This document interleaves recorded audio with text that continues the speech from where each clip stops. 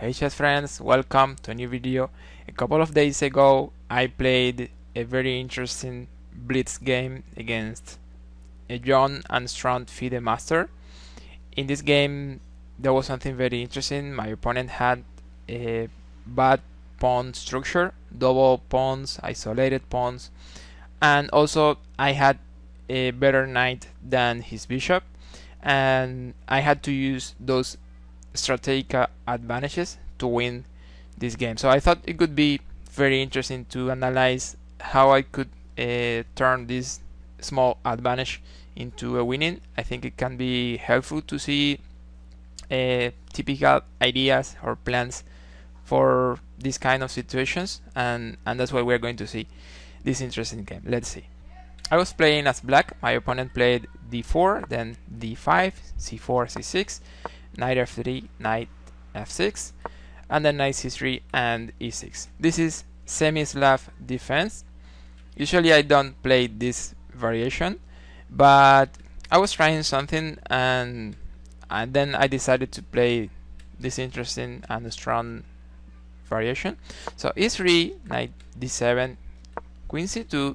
Actually the main line in this position for white is with bishop d3, then I could trade on c4 probably, and then b5. That's very common here. That's the main line. The bishop comes over here very often, but in this game, instead of bishop d3, my opponent played queen c2, which is also okay. It's very playable. So I just continued my development, bishop d6, and then e4. I have to trade some trades in the center, and then I played here bishop b4. This is still a theoretical position. I didn't know the theory here, but the move bishop b4 is still okay for black. So bishop d2, and here queen a5. He plays queen c2. I traded on d2, and then I went back to c7. I thought it was too early to trade queens. The game could be too balanced, I thought, if I had traded queens here, so I just decided to go back to c7 and keep the queens on the board. He played bishop d3, I played b6 because I will need to develop the bishop over the fianchetto for sure. So b6, he castle, I castle, and then a3, bishop b7. Oh, this is very normal. Rook f e1, and here a very strong move, very important move in these positions, c5.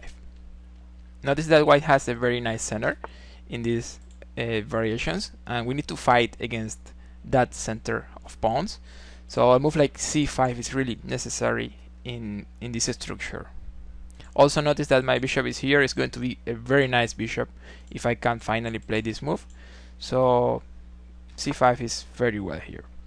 Here white played queen c2. Actually we need to say that the best move in this position is bishop e4, trying to stop this really mighty bishop here in this great diagonal.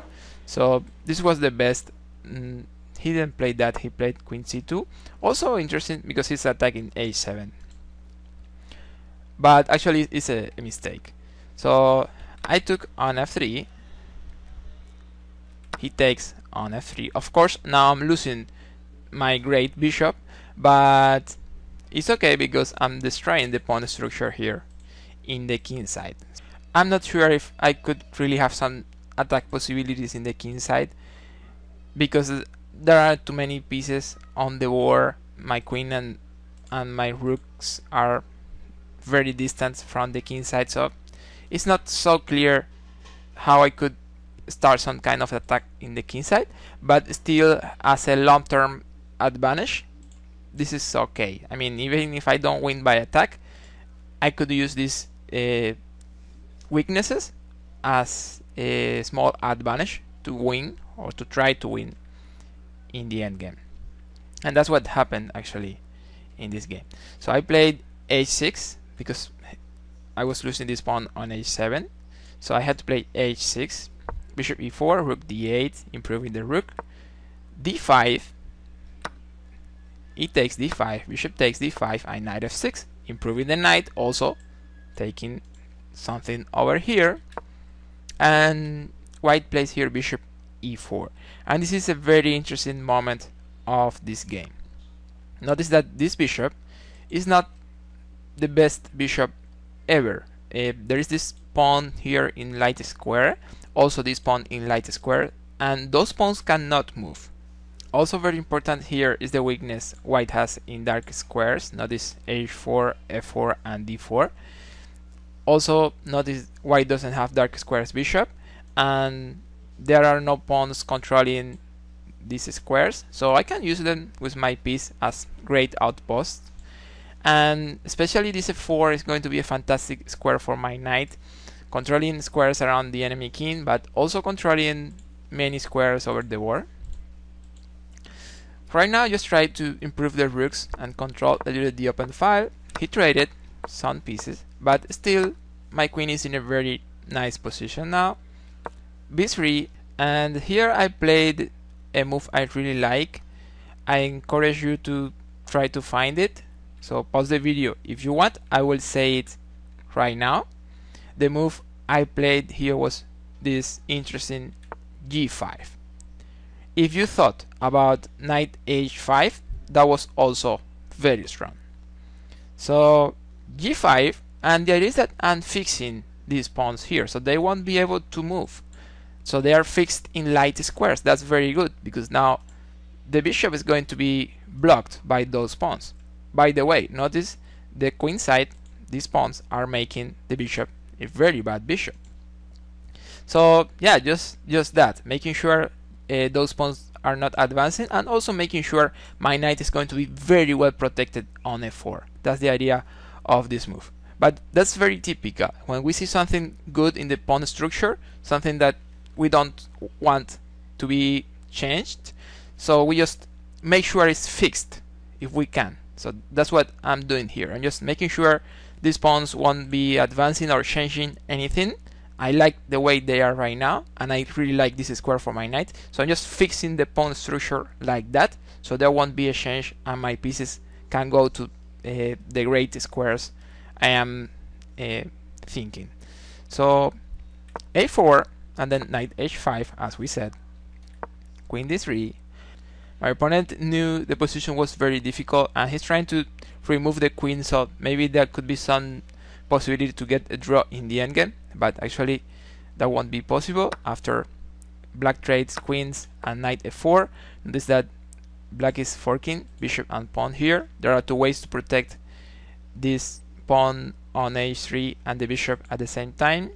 One is with bishop f5, the other is with bishop f1. In the game we have bishop f1, but let's see what could happen after bishop f5. I was planning knight e2 and knight d4. When I play these moves, then I'm attacking the bishop and the pawn, and this time white won't have a way to defend both things. So I'm getting at least one pawn here.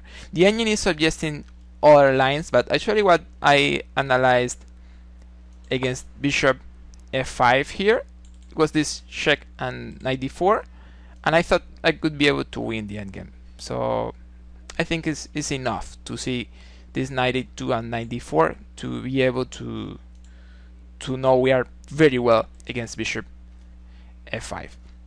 So knight f4, he just played bishop f1 here, but now he's protecting all the pawns, but there are other problems. For example, this bishop cannot move anything.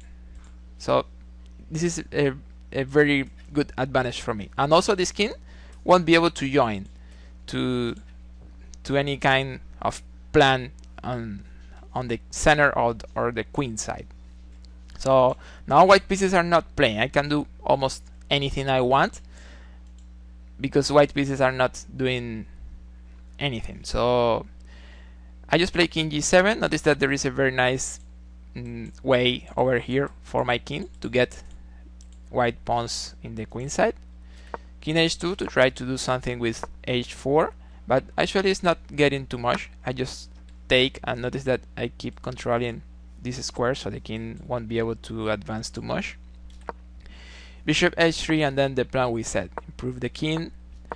And well, we need to make a pause first because he's taking some pawn. We don't want that, so we just play f6 first. Now h5 is protected by the super knight on f4, and after bishop b5, king d4, here white resigned. Notice that the king can never come to the queen side because these pawns are also promoting over here, and black king is getting some pawns. The position is completely lost here.